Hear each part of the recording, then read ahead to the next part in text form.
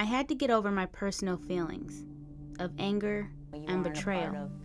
The whole circle. I think we all, in our own little way, don't communicate. I think it's something that we could overcome and definitely get back to that, closeness. We don't stick together as much as we used to. Do you know why I stopped talking to Michael? Well, that would be a discussion between you and Michael. My name is Michael James Alford. I'm just a fun cousin, the life of the party. I just always wished he would get out of the relationship before something Like, bad my mom couldn't even happened. look at his picture. It just seemed so hard.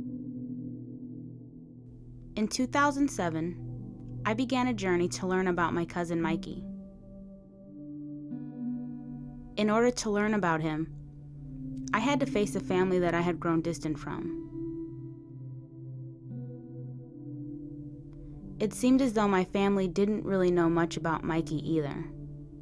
I think the reason why I don't keep in contact with Mikey is because I have a lot of things going on in my life.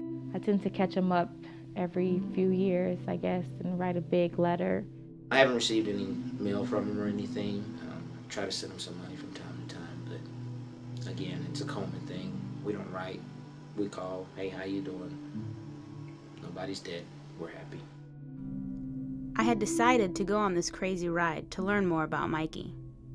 It became a kind of passage to my past. It opened doors to places I didn't even know were closed. And I had to go to a family that I have felt detached from for many years.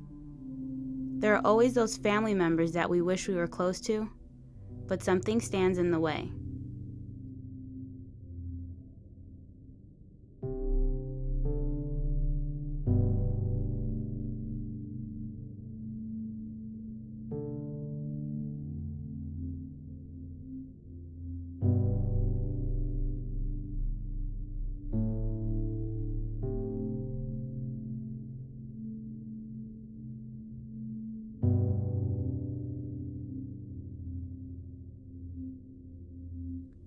In order to get the story, I had to knock down those barriers. I don't know how my family got to the point where we don't even call each other anymore.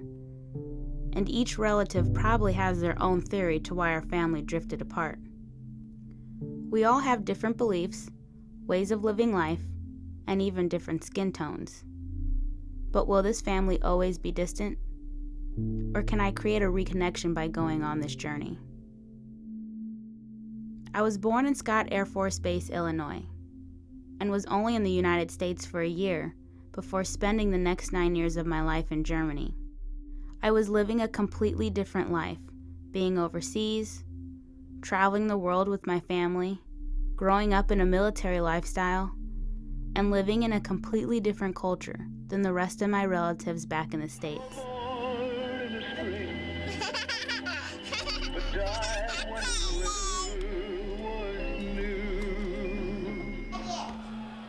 Not yet? You don't want me to turn it on yet? I remember making videos for my dad's side of the family to watch, but for some reason we never sent them. Video by the one and only Alicia. Dances by Melissa. That's her, the crusty one with no teeth. Shut up! Starbucks, all songs original sung by the artist. No 8 tracks. Love y'all, enjoy. Even though I was unable to create a close bond with my family when I was young, I began to connect with them when we moved back to the States in 1996.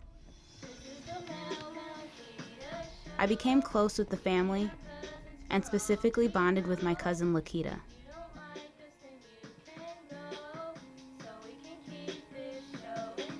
Everybody just said, Melissa was the one that always wasn't in the mix. She was always out doing her own thing. Although you were close with Lakita, still, you weren't a part of, the whole circle. And that's just not because of your choice. I mean, you and I, we didn't grow up with them. We didn't live with them every day. In 2004, while we attended Eastern Illinois University, Lakita and I had a disagreement and stopped talking. I think our relationship was really good. We were really, really tight, but I think we fell off because of, I think it's just like college, that whole experience, both of us wanting to go in different directions, wanting to experience different things. But I think it's something that we could overcome and definitely get back to that, closeness. It might be a different type of closeness, but it will still be, considered close. But my broken individual relationships don't explain why the whole entire family grew distant from one another. First of all, Mother she lived in Chicago, and she had these kids. And of course, I married when I was 16. And so coming up, all the brothers and sisters were all younger than me. They're like 12 years younger than me. Debbie and Bobby, Patty, Ronnie, Thomas, Stephen. They knew they had a sister in Kentucky, but it was like saying, I've got a swing out there in the yard. I mean, it really wasn't any of that connection. I think our family is so distant for several reasons. Religion, cultural differences, the age gaps, the inconsistencies with the first generation, just like the examples that they have set. Probably our parents, really never seeing them communicate in a manner of romance, touching. Our aunts and our uncles weren't really close, even though they came from a big family, and although they had several children themselves, a lot of that plays a part. There were no role models for us to grow off of and to see. I mean, everything that we've done in this life until this date, as far as my brothers and sisters, pretty much is us learning from ourselves. Janet feels a difference through age with my aunts and uncles. And there may be a reason why our whole family holds a distant relationship. But race is not a factor. When we're out in public and meet new people, they don't believe we're related. But that's okay, because we know we are, and that's all that should really matter. I can't help but think my absence from my family's lives helped play a role in the struggles that I had getting them to participate in interviews. I traveled all around Illinois, from Carbondale to Troy to Chicago and to Galesburg. I went to Kentucky for a couple of interviews, and I went to Gary, Indiana to see where Mikey grew up. Some relatives were easier to meet with than others.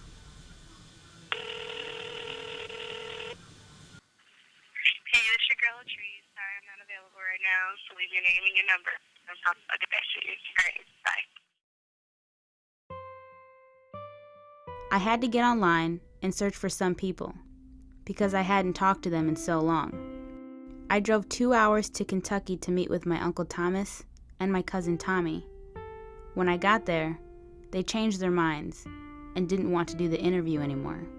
Another time, I drove 4 hours up to Chicago to interview my cousin Latrice and my cousin Trishetta. After so many attempts of trying to reach my cousins, I finally gave up. During that time, Michael Jackson had died. My mother and niece traveled with me, and we decided to stop sitting around and go visit his memorial in Gary, Indiana. Visiting the memorial was significant for me, not only as a fan, but because I feel like there were strong correlations with my family and the Jacksons at that time. And just like any other family, the Jacksons and mine have had some falling outs between individuals. Whoever went their separate ways could reconnect after time had gone by, or those connections would never mend again. This is possible for my family and me, specifically for my relationship with Mikey. Michael Jackson's loss was like losing the heart of the Jackson children, and that led me to think about my grandmother and the significance of her death for my family. I think that when my grandma was alive, she definitely was a reason why people came together for holidays and just were together in general. And once she passed away, I feel everybody just kind of went their own separate ways. Like they didn't have a reason to be around anymore. After returning back to Troy with my family, that's when I finally heard from Trishetta. Hello, Melissa? Yes. Hey, girl, my bad. I'm just now finding my phone, and I totally forgot about the stakes. I was here on the 5th, and then I left, and that's my boyfriend went on vacation, and I was with him. I totally forgot. Are y'all still in town or no? No, I left. Y'all left? Mm-hmm. Years had passed, and things changed. And so did our family. Kind of comes in like sets with the cousins. There's always a set that's just real close and real tight. But now, you know, I've established my family. I've settled into a home.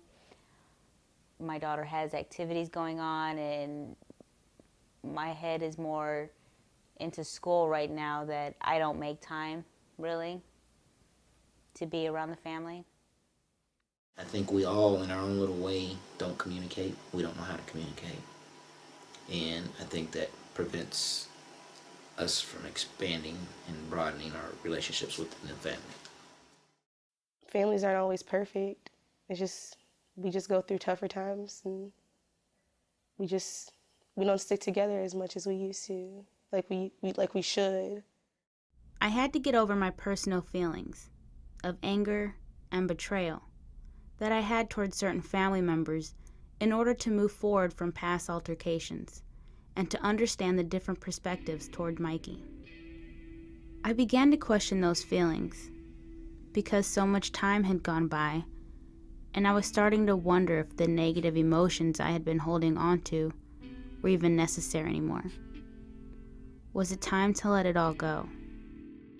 Is this the time where I create a new relationship with Mikey? But the thought in the back of my mind was, should I even care? You gotta let go of the anger you've got in your heart, though. You carry a lot. I'm just looking on the outside, trying to look in. And you carrying something, you need to let it go. Do you know why I stopped talking to Mikey? I'm not sure exactly what it is, but I know like y'all fell out for some reason. I did not I'm not like sure what exactly happened what it was. between you and Mikey, not only because you're my sister, but because it was just wrong. What happened between Mikey and me changed the way I fundamentally feel about and treat my family. Mikey was born close to the time that I went to the Marine Corps, so my experiences with Mikey was off and on. He was always a nice, well-rounded kid in the beginning. He always tried to make you smile or laugh whenever you were, sad. Yeah, when Mikey was a child, he was very competitive and very ambitious, and he was just a fun cousin, the life of the party. We also used to tease each other because the way our teeth are, we both have a space at the bottom, and our teeth go that way, so we'd always make fun of each other back and forth because of that space. He always tried to be athletic, even though he was the smallest one in the group. He always had a point to prove that he was, in his mind, wasn't showing everybody he was tough, so he had to make sure he went that extra mile to show he was tough, even though he didn't have to. The father was never around, in and out, mysterious in his own ways. No, Mike didn't talk about his dad much with me. They had a short relationship for the few years that we were together, and then maybe a couple of years afterwards, but not much time was spent with him. Mikey was shuffled from home to home, so he really had no structure or anything. And his only real structure, I think, was his brother Tyrone trying to, grow up himself as well as take care of him. So he did have a problem where he didn't have the authority figure telling him, the right from wrong and how to be. Mikey was always very friendly and very outgoing, outspoken. Him and his brother were very close, spent a lot of time together. I didn't have many memories with him because he was always with his dad. I was always with Tyrone, so I didn't really have that many memories with him. Growing up, we really didn't hang out as much because it was like maybe a few years age difference, so I was more into hanging out with my friends in the streets, and then, he wouldn't be able to do the things, but later in life, he started following their footsteps, and you know, but we didn't really become close until we both had kids, because our children are my oldest son and his son are 2 weeks apart. I barely remember the nice, fun Mikey that they are all talking about. Instead, I remember someone else. When I think of Mikey, I think of someone with an attitude and someone kind of thuggish. Who did he become? And how did he become that way? Some might say it was through growing up on the streets of Chicago. And others might say that it was because the standard our society has created in order to be a young black male in America. I don't see how you could have any hope or confidence that this same race that has been doing it is not going to continue to do it, only in a different way, with more 20th century or up-to-date or shrewd methods today than they had to use in the past. Shows and music videos geared towards the black demographic seem to contribute to the image of stereotypical black males, such as living in the ghetto, wearing baggy clothes, wearing expensive jewelry, and being surrounded by adoring women. Besides the images in the media, black culture is a huge part in the glorification and the popularity of the thug. Typical black male role models, such as hip-hop artists and athletes, are reinforcing these stereotypes. Historically, the representation of African Americans in the media reflects inequalities that have had an impact on our everyday lives for generations. It goes back to the days of blackface and the depiction of black males as being harmful and nitwits. In the early 1900s, films were being made featuring stereotypical black characters. One of those characters is labeled a buck. Bucks are big, bad, full of rage, and violent. And when I think of Mikey, those characteristics are what come to mind. D.W. Griffith featured the buck and other varieties of black characters in 1915's The Birth of a Nation. This film was a catalyst to getting white audiences used to the negative images of African American males.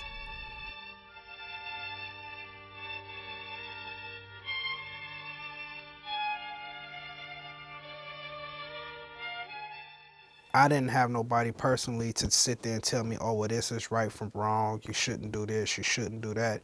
And in my eyes, I looked at it as he was just trying to follow in my footsteps, because I used to hang out in the streets and not come home and do stuff and steal cars and stuff. He was always quiet.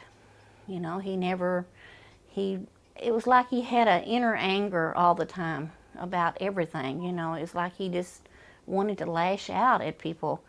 I don't know why. He might have been aggressive towards other family members, but never towards me, so no, I didn't sense or see that. I think his dad had a violent past as well. And I think he must have saw that when him and my mother were together. And it probably reflected on him. His father was very, very, very violent towards his mom.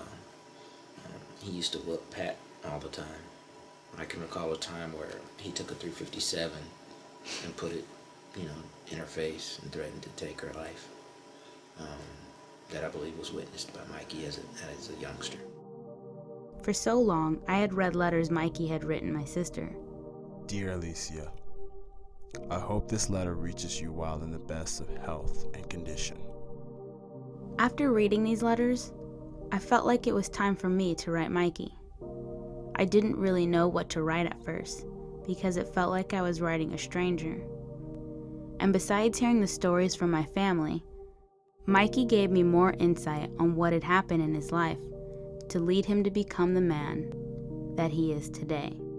I had to be a man and learn how to protect my mother and my family early in life while you never had those worries. I had to see my mother in tears because she was robbed at knife point. And I had to see my mother in tears because she was hit by a man. All while I was not even out of 5th grade. Just seeing him as a young man, just trying to grow up on the streets of Chicago. It was just rough. I mean, when you were there by yourself and you just ran up and down the block, and the people you hung out with, you know, you just had to be tough. You just had to act that way if you wanted to survive. And I think he survived the best way that he could, and acted the best way he could. You just couldn't be a pansy. You just had to show him. His whole mentality was just to be tough. Wanted to be tough and wanted to be older than he was.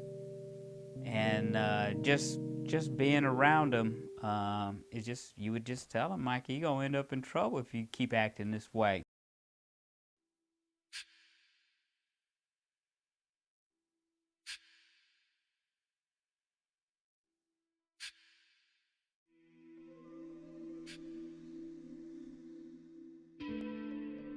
I know throughout their whole courting, he was verbal and physically abusive to her. Both of them very young, thuggish attitudes, not respectful whatsoever. I know she used to call like late at night and like Mikey would say one thing, like he doesn't want to be with her, but the next he's always with her. The relationship they had to me was night and day. And I just always wished he would get out of the relationship before something bad had happened. Smile. Hey. Hey. I didn't care for their relationship, only because they would argue and bicker a lot. I constantly asked her not to come to the house. I would come home from work and she would be right back every day. She would constantly come back. I've seen bad relationships with my brothers, and I knew this was one as well. And I tried to keep them apart, and it seemed like the more I tried to keep them apart, the more they wanted to be with each other. Do I see my nephew taping him and taping her up and kidnapping her and all that? I don't know, because like I said, there was too many years in between for me to really know him. I would hope he wouldn't have, because he wasn't raised like that. But we all hold too much in life, and when we snap, we snap. It was hard trying to put all of the information together to try and understand the night the aggravated kidnapping took place. Something about going across lines, her being underage. Mikey had got a phone call that the mother of his child was at a club. He left Indiana to come to the nightclub, which was in Illinois. He saw his girlfriend getting beat up at a club with another guy. Her, I guess, hugging up on a man, and that upset him. And I don't know what all transpired. They got into an altercation that they were arguing and fighting outside the club. And he took the girl with him. Took her over state lines from Illinois to Indiana, which in a sense, of course, is kidnapping. He left to get something to eat for him. I mean, at that point, she could have left or anything, and she stayed with him. She wanted to be with him. I don't know if he knew he had the restraining order against him or not. I'm not really sure, because I wasn't even aware of that at the time. There was a restraining order. She didn't act like it.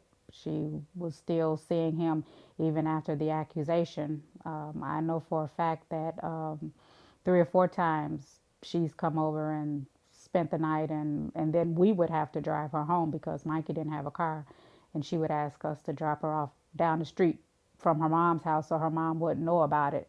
But she was still spending time with him, so I don't think anybody in the family knew about the restraining order. To me, that wasn't kidnapping. If she went with him, that wasn't kidnapping.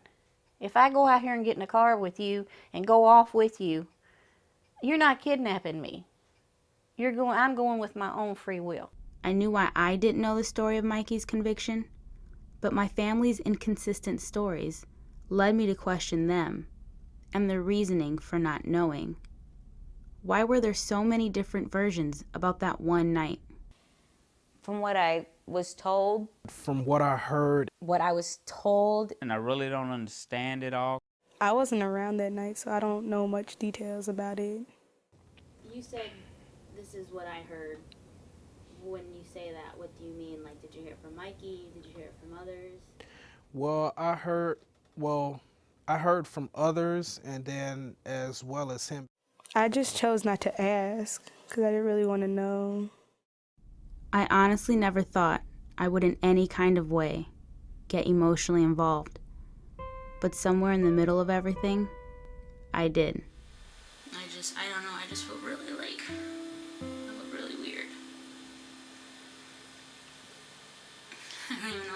so emotional. I just think it's because I haven't talked to him in so long.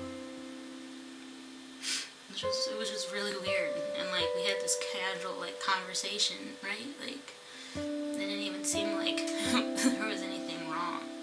I feel like, somewhat I can give advice. I feel that I've been through some things, and I know a little something. So I got a little, if I can shed a little light on some situations or give a little game to somebody here, I'm all for it. I'm there, and I'm always willing to open my mouth and give it, so. And he seems to have a positive outlook. He's been working with talking with his sister, and he wants to be that big brother and always telling her what she needs to do. And I know it's hard for him being locked up and all, but he's really trying.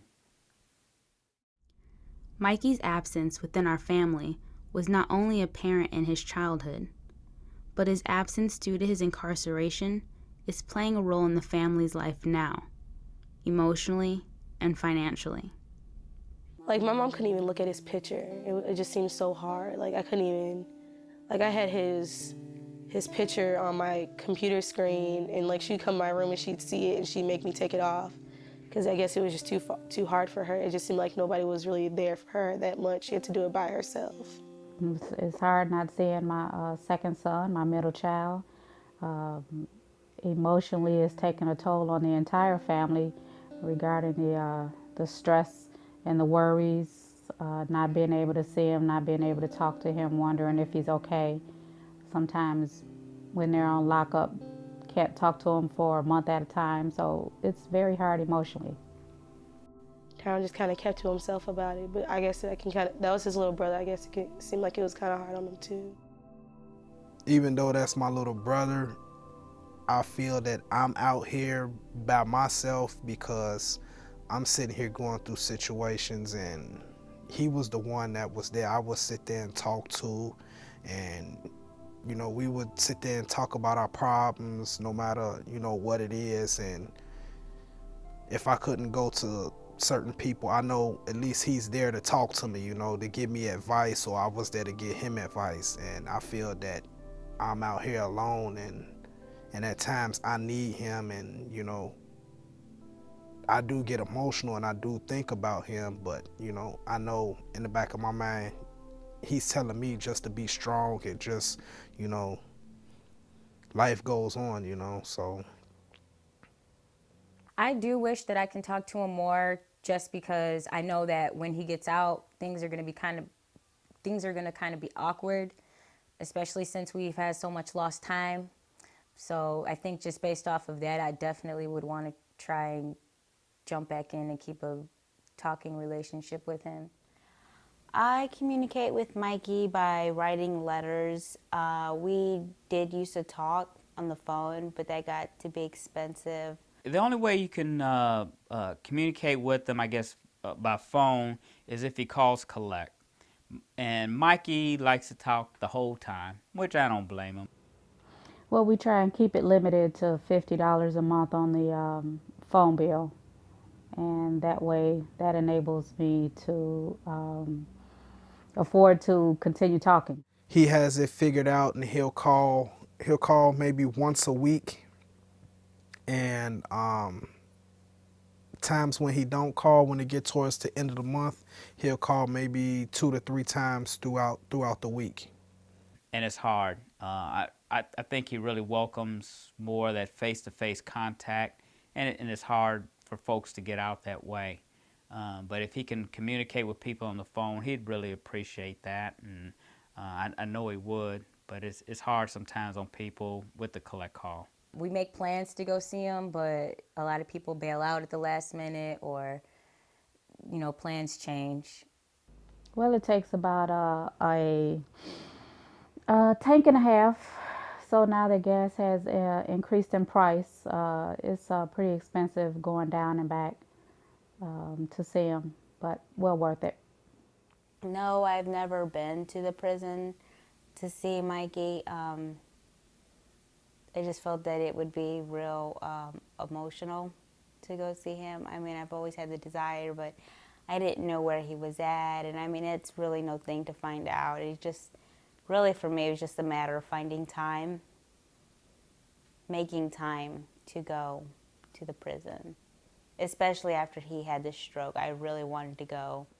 I'm just wondering if maybe he got hit on the head too many times or beat up too many times, and that's what caused him to have the stroke. He's been having difficulty writing back and things like that, and, you know, getting back to me as quick. He lost most of his feeling on the left side of his face and his body, but that's better. I think he's more for the better now. I think he's been educated on what he needs to do to take care of himself, and he's trying hard at it. He had dropped out of high school, and he had got his high school diploma while he was in the county. Well, he has received a certificate, a degree in business. He's studying, going to class. He really enjoys it. He enjoys computers. He's evidently very good at it. One night we were standing outside. I know my sister was there, and I guess I was like 13 or 14, and I would talk and I would randomly say like a bad word, and Mikey said, you know, don't cuss. I didn't care, so I kept talking the way I did, and he choked me, and he picked me up, pushed me up against the car, and continued to choke me and, you know, to threaten me. That's why I stopped talking to him. And so I want to know, how do you feel not knowing that he did that to other women? How does it feel to know that he's also done it to family? Okay, so you're saying that you believe what they're saying he did to Jamila, he did? Because I've never seen him do it. So that would say that you're in agreement with the courts, and I'm not. It's not that I agree with the courts, but, you know, Mikey himself has told me that that night, that was the reason why he feels like he was convicted, was because he put his hands on Jamila. So that would be a discussion between you and Mike. I don't really know what the conversation I had with my aunt means. I don't know if she's just holding back because of the camera, or if she really thinks Mikey didn't do it. But after telling my family members about what happened between Mikey and me, I don't think it really changed anything. Maybe it was more important for me to tell them, rather than it be important for them to know. I guess it was a step to help me move forward in this journey, and I had to let go of all the hatred I held inside in order to begin talking to Mikey again. My name is Michael James Alford. I was born July 6, 1982. I first went to the Cook County Jail it was August of 2002, and I stayed there until June of 2005, and then I've been down here at the Hill Correctional Center since 2005. Well, my sentence was 20 years at 85%. That means I have to serve 17 years of that, and after I had served the duration of that time, I have to do an additional 3 years. Can you talk about why you don't agree with the 20 years for Mikey's sentencing? Well, just from looking at TV, just from looking at other people's sentences, there's people that have committed double murders that only get 10 or 11 or 12 years. I just never understood how it was possible to receive a 20-year sentence for what he was accused of doing. I still to this day don't understand it. I wouldn't say he's better off in there. I just think he's become a better person in there. I just wish it wasn't as long as he's had in there, you know? I wish it just wasn't 20 years. I don't think he deserved to have that long. Being within the judicial system, I can honestly say if you don't have the money, you don't have the representation. I believe, like most public defenders, their plate was full or overwhelmed with cases, and no personal attention was paid towards the case. It really seemed like there was lack of interest or lack of caring on their part, and really no attention was paid towards his defense or witnesses, or even trying to find out the actual truth.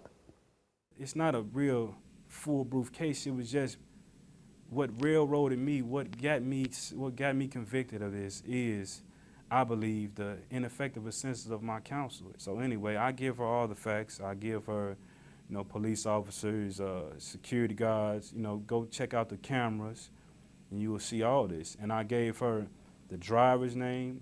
And she spent so much time trying to get me to plead to a 10-year deal. She did more time trying to negotiate a deal than she did investigating my case. When it was time for us to present our defense, she just simply rested. So here it is. I have 9 potential witnesses that can directly contradict not only the prosecution's case, also the victim's testimony, and none of them were called at all. I feel it's just a complete disjustice on my behalf. I mean, I feel I got screwed. I think that they could have at least gave him a fair trial. You know, a better trial, could have looked more into it. But the way I see it is that they just like, okay, well, here we have black male, you know, who has maybe a history of, you know, whatever it is he's done, and okay, well, he's done this, you know, who's to say he could do it to the next girl, and they just, okay, take the gavel and strike it, okay, here's your time, serve it, you know. I mean, I feel that they should have looked more into it and listened to his side of the story as well as, I mean, not just listen to her side of the story. This case is a little bit funny because this case, honestly, is nothing more than a domestic dispute blown out of proportion.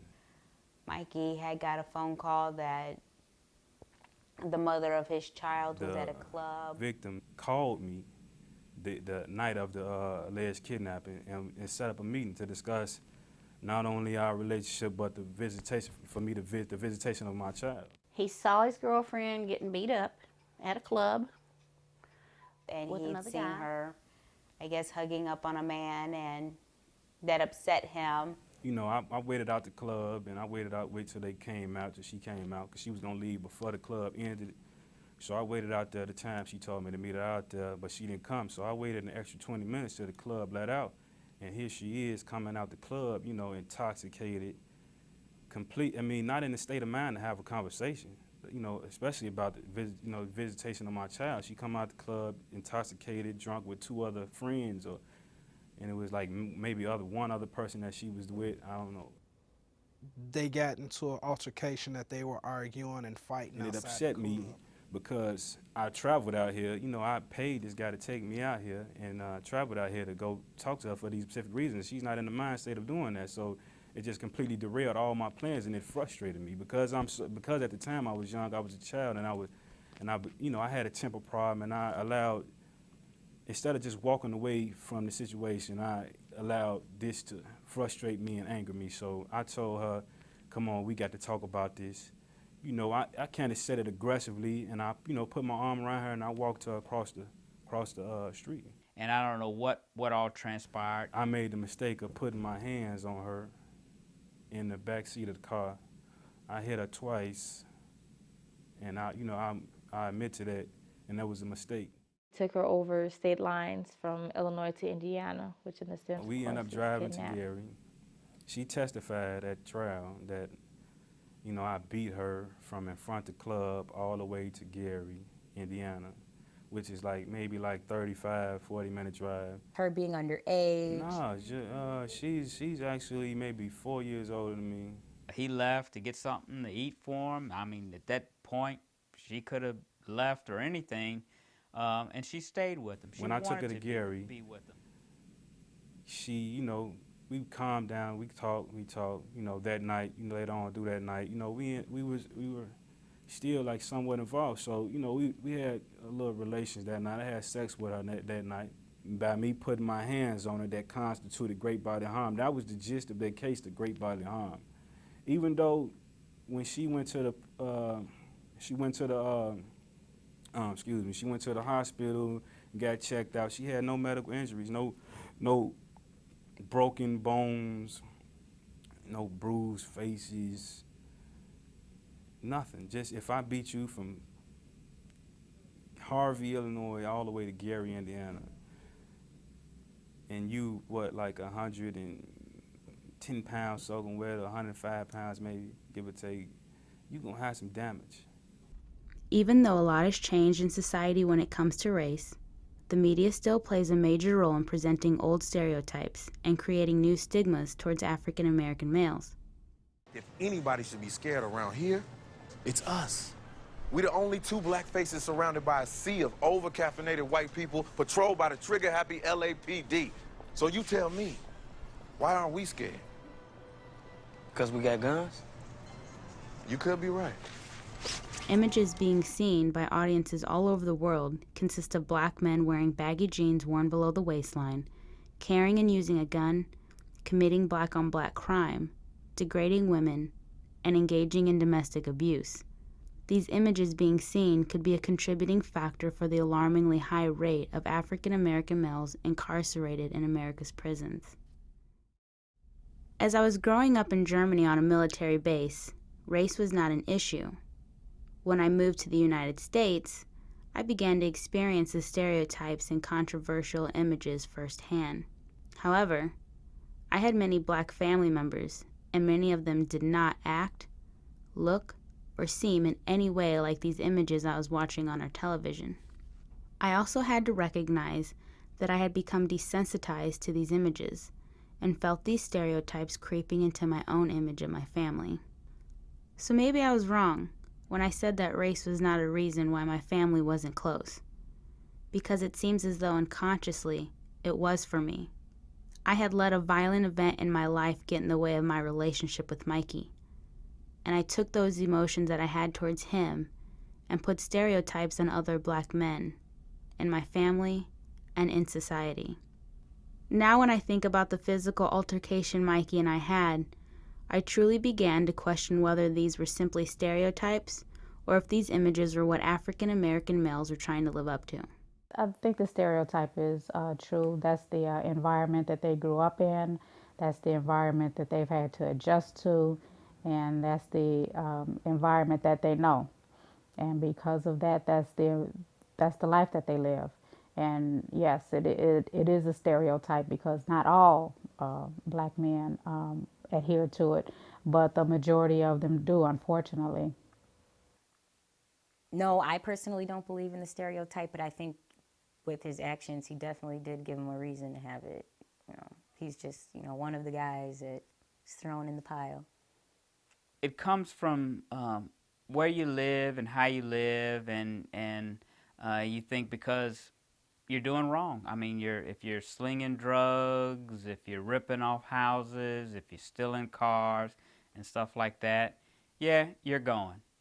The cops are more in that area because it's crime-ridden. I mean, there's no jobs, poor education, and you're going to go in there. I think Mikey may have not fit into that stereotype. I think he just got caught up in something that the judicial system just failed him. He didn't have a lawyer, and he couldn't get out of it. And they gave him what they thought.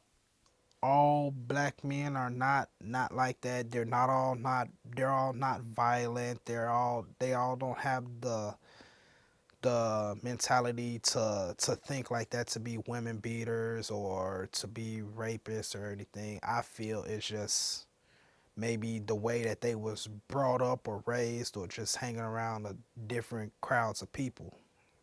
I believe I grew up in the ghetto, I came from the ghetto, and I got out of the ghetto. I think everything's a choice. You can sit and accept what life gives you, or you can take whatever little bit it gives you and build on it, and I feel like I have. But as far as Mikey, you gotta remember he came from the south side of Chicago, where he was a dime a dozen. He was just like everybody else. He'd go visit Gary, Indiana, where it wasn't bad at the time, and there he probably stood out as like, ooh, he's a tough guy. And there he probably got some respect that he wasn't getting in the city of Chicago, and it got to his head. I'd categorized him as a thug, and I knew one day he would go to prison. When I found out he actually made it there, I didn't care. My automatic thought was, he probably deserves it, even though I didn't know what he was convicted of. And just like it was important for me to tell my family, it was important for me to confront Mikey about that day too. Because you wasn't really always around me, you never really realized the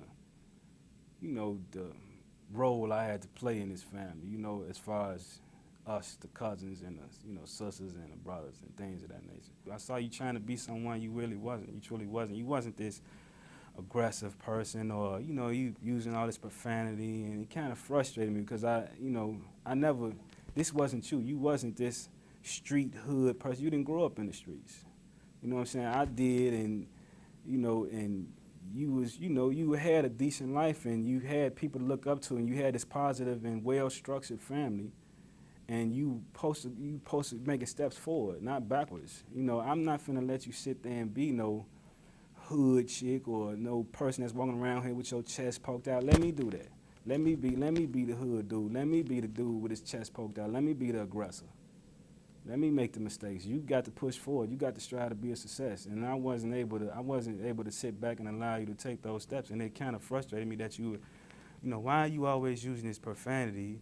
Yeah, maybe I didn't go about it the right way. I got a little aggressive, but that's the way I was with them. That's the way I was with Ron, Tyrone, everybody. Trisha, Keita, your sister. I've cleared some things up for your sister as well. Got aggressive towards people that was disrespecting her. You don't have to do this. As soon as I hear about it, I'm immediately on it. Don't worry about it. I'll take care of it. It's done. You ain't got to worry about it no more. That's the role I was playing, and I felt that, you were just venturing off into something that I didn't want you to be. I mean, I know I can't dictate your life and run your life, but, if I can just kick you just a little bit, you know what I'm saying, to get you right back where you're supposed to be, that's what I'm going to do. I may sacrifice our relationship for a couple of years, In our case, it probably was, excuse me, in our case, it was probably 10 years. And sacrifice our relationship a little bit in order for you to see the light. And I don't think matter of fact, I think after I did what I did, you wasn't cussing no more. You wasn't around there acting all tough and stuff. You kind of straightened up a little bit and softened up to the nice young lady you was. And, you see where you at now. You a nice, beautiful, successful woman, and I'm proud of you and I love you to death. Honestly, I still cuss a lot. And honestly, I don't think that the night Mikey put his hands on me had anything to do with me becoming a successful and independent woman. I just don't understand why he would think that. And I don't think I'll ever understand. But now I don't even think I care anymore. For 10 years, I had been holding on to this hatred that I felt towards him, and now those emotions are just gone.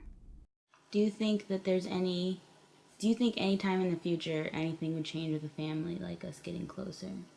Like, even with me doing this documentary, I'm talking to people I wouldn't talk to, on a regular basis. Listen to how you say that. You can answer that yourself. No, there's no way in hell anyone would ever get closer. And of course, everybody's going in different directions. Everybody works, and they're going here and they're going there, so I don't know. I wish we could get together and just be one big family again. I miss that. I do. Yes, I feel that there is hope for this family. I think amongst a few other people, I think if they step up to the role, we can kind of get this family back together and on the same page, I do have hope our family will get close again. It's just it just seems like it'll never be that way.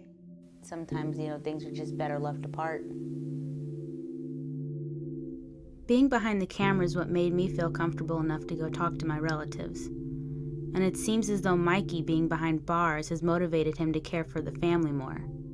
Using the camera might have been an excuse to get a story, but in the end, I realized that it was me taking a step closer to resolving issues I had with my past.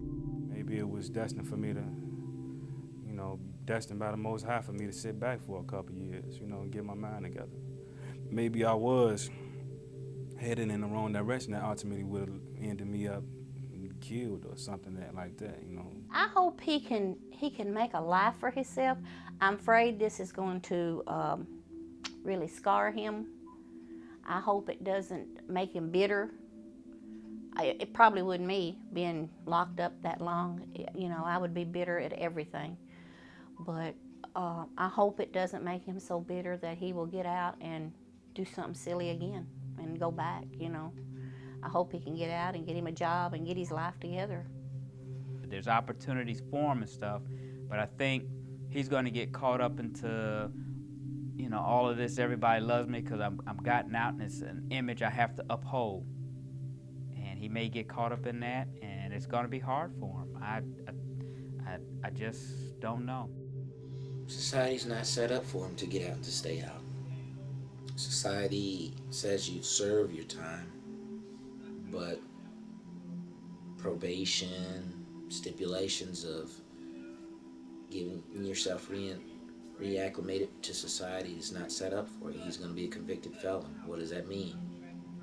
The most he can have is maybe as a cook at some restaurant, maybe. I know with the conviction being over his head that it would be extremely hard for him to get a job, but I hope someday that he gets an opportunity to see his son. I hope that he is able to set himself up financially, get beyond this, forgive the part of the legal system that failed him, and know that there is more for him out there. Stay close to the Lord, stay prayerful, and maybe someday he can have a family or find a good woman that will be in his corner and help push him to the man that I know he can become. When I came in here, you know, I was still a child, but I think I'm like, you know, 1,000 miles past being that child again. You know, now I feel comfortable, you know, I feel, more humble, more responsible. I value life more. I feel that I'm a man now. You know, I feel that, you know, that child that I once was is way beyond me, you know, and when I do gain that second opportunity, you know, I will feel that I rehabilitated my own self, and I plan on striving, I plan on making those same efforts to be a success like everyone else. Before, I never even wanted to talk to Mikey, and now I get excited to receive mail from him. I don't know if it's because I'm just getting mail, or if it's because I feel good that we're communicating again.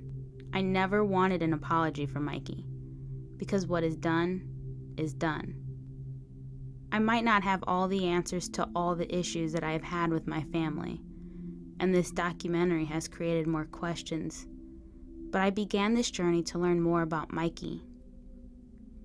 I never expected that Mikey's story would guide me to mine.